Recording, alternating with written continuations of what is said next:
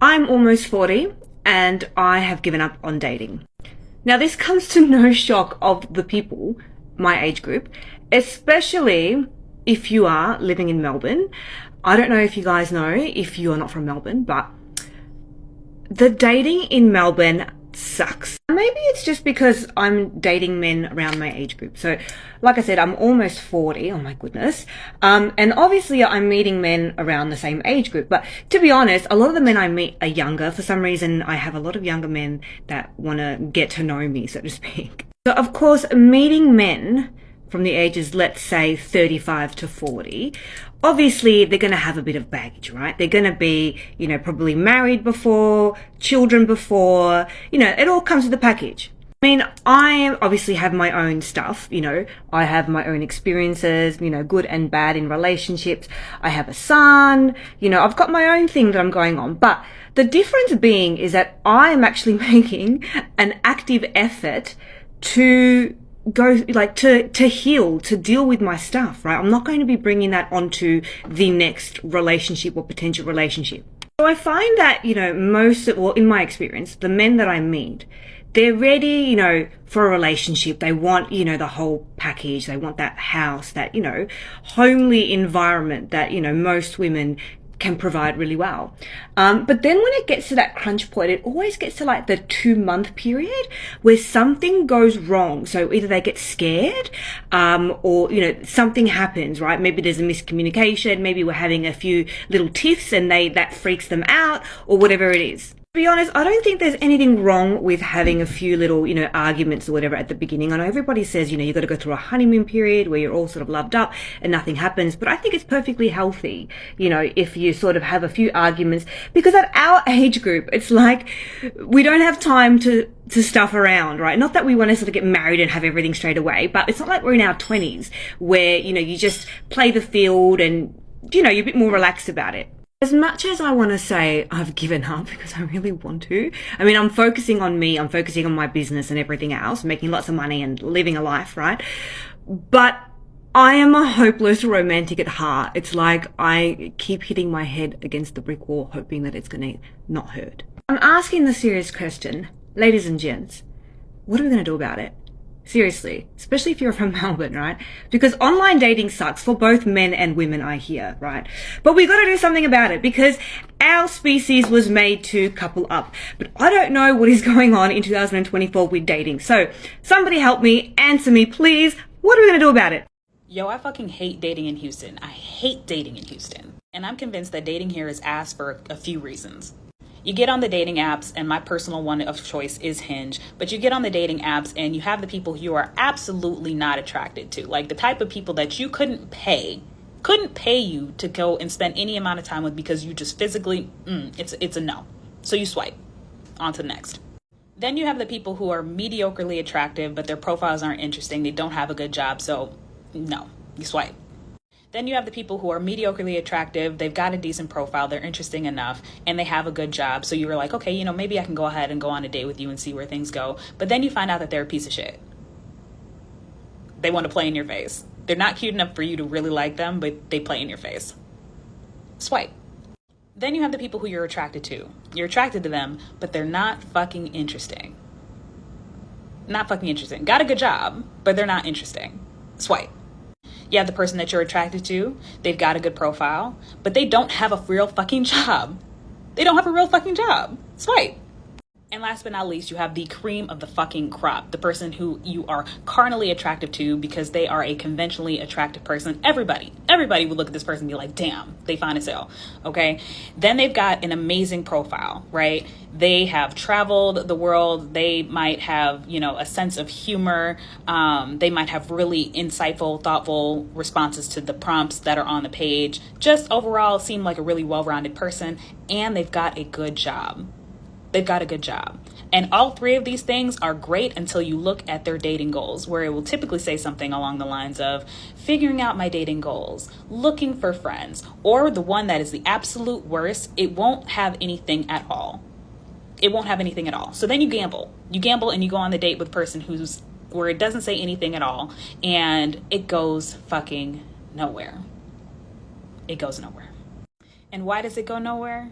Why does it go nowhere? It's because they're conventionally attractive, they're interesting, and they've got a great job. That means every single woman in Houston wants the same man. And when you're in that high of demand, why would you choose? Why would you choose? And don't get me started on what it's been like dating women in Houston. It's not any better. It's not any better. But I don't know what we're supposed to do out here. I really don't know. When you're a hopeless romantic dating in a city like this, what the fuck are you supposed to do? Someone let me know. Okay, I have a bone to pick today, and literally it's going to be the fact that Vancouver's dating scene sucks. So growing up here means that you know everybody. Everyone has mutuals with each other. It's like if you go to school here, if you go to university here, you work here, then you're gonna meet people that have mutuals with other people in your life, and it's just an ongoing thing. Like, I'm not even single right now, but seeing my single friends, like, going on dates and stuff is so atrocious to see, because every single person is like a mutual's friend, or just like so many overlapping friend groups and things like that. Like, back when I was single, I would like go to house parties and run into several people that I've dated, had situationships with, or like was in a full-on relationship with at the same party, because somehow I didn't realize that they were friends with their friend that's also friends with their other friend, and it's like this whole chaotic like thing. But I think also as a girl, like, there's some level of comfort with knowing that you have a mutual with someone that you're seeing, because you know that they're not a psychopath and they're not going to kill you on the date. But at the same time, it's like you want to venture out beyond the people that you already know. Like, I don't want to date someone and then meet their friend group and realize that one of the people in that friend group is someone that I dated, or like ghosted, or they ghosted me. I don't know. And that to me is just something I never want to think about. And thank God I'm not single right now, because seeing the struggles that my friends go through in Vancouver dating is not something I wish upon anyone, and I just can't. This is why I'm still single. Dating stories that will have you cringing so hard you'll understand why I'm still single. So this guy had me meet at a bar and restaurant at about 7 o'clock. So I got there a few minutes early because that's just who I am, and got a drink at the bar and texted him and told him where he could find me, what I was wearing, all the things. So 7 o'clock came and went. He ended up texting me and said, hey, I'm gonna be a little bit late. I'm like, all right, cool, whatever. Just out there drinking my drink. 7:15 came, nothing. 7:30, nothing. About 7:40, I texted him and said, hey, I think I'm gonna head out if you are not gonna be here anytime soon. He said, oh my gosh, I'm so sorry. I'm on my way, I promise. Like, just wait for me. I'll be right there in 5 minutes. So he rolled in about 7:45, almost an hour late. I was a little irritated, but I was like, whatever, we're gonna salvage the night. It's gonna be good. He walks in with his face in his phone, texting, and comes and sits next to me, doesn't say hello, just continues to text. He apparently already knew the whole menu, so he looked up at the waiter, asked for what he wanted, looked back at his phone, didn't even engage or acknowledge me. I said, hey, so nice to meet you. Tried to give him a hug. He gave me kind of like a side hug, and I am pretty perceptive, and honest, and so I just told myself, like, okay, he's just not interested, which is fine. Like, maybe he just decided as soon as he saw me, he just wasn't into me. So I decided not to order food. I had already gotten my drink. I asked the bartender, hey, can I just go ahead and get the check for this, and I'm gonna take off. And he looked at me and he was like, no, I'm so sorry. I just am really busy. Like, I promise I'm gonna put this down and we're gonna have a conversation. Like, I'm so excited to get to know you. So I let it go, ordered some food, and expected him to put his phone down. Not only did this man not put his phone down through the entirety of the whole date, he took 4 phone calls over the whole hour and a half we were there. He took 1 phone call from his mom, 1 from his brother, 1 from somebody who was organizing a basketball game of some sort, and then another one that I couldn't figure out who it was. He just continued to have full-blown conversations sitting there next to me as I'm just chilling, drinking my martini. He was checking his fantasy football league, telling me all about it on his phone. He even watched like an Instagram video while we were sitting there. So after a little while of this, I finally stopped him and I said, hey, obviously you're not interested. I'm gonna go ahead and go. I don't mind paying for my own dinner. Let's just go our separate ways.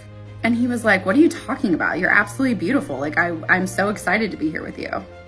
Excuse me, sir, you literally showed 0 excitement, 0 interest, and you've been in your phone this entire time. So he ended up taking the check. He did pay for it. He walked me back to my car. He gave me a hug. I got in the car and I was like, all right, I'm just gonna go home. I'm done with this. Later on, he ended up sending me a text message saying how interested he was in me, but he didn't feel like I was interested in him. And this is the best part. He said, hey, I really need more YouTube followers and more TikTok followers. If you could go ahead and do that, that'd be great. And he sent me his YouTube, his TikTok, his Instagram, all of his handles. Apparently he was working on getting famous. I don't know. I never responded and just moved on. But that was a waste of my entire evening. And this, ladies and gentlemen, is why I'm still single.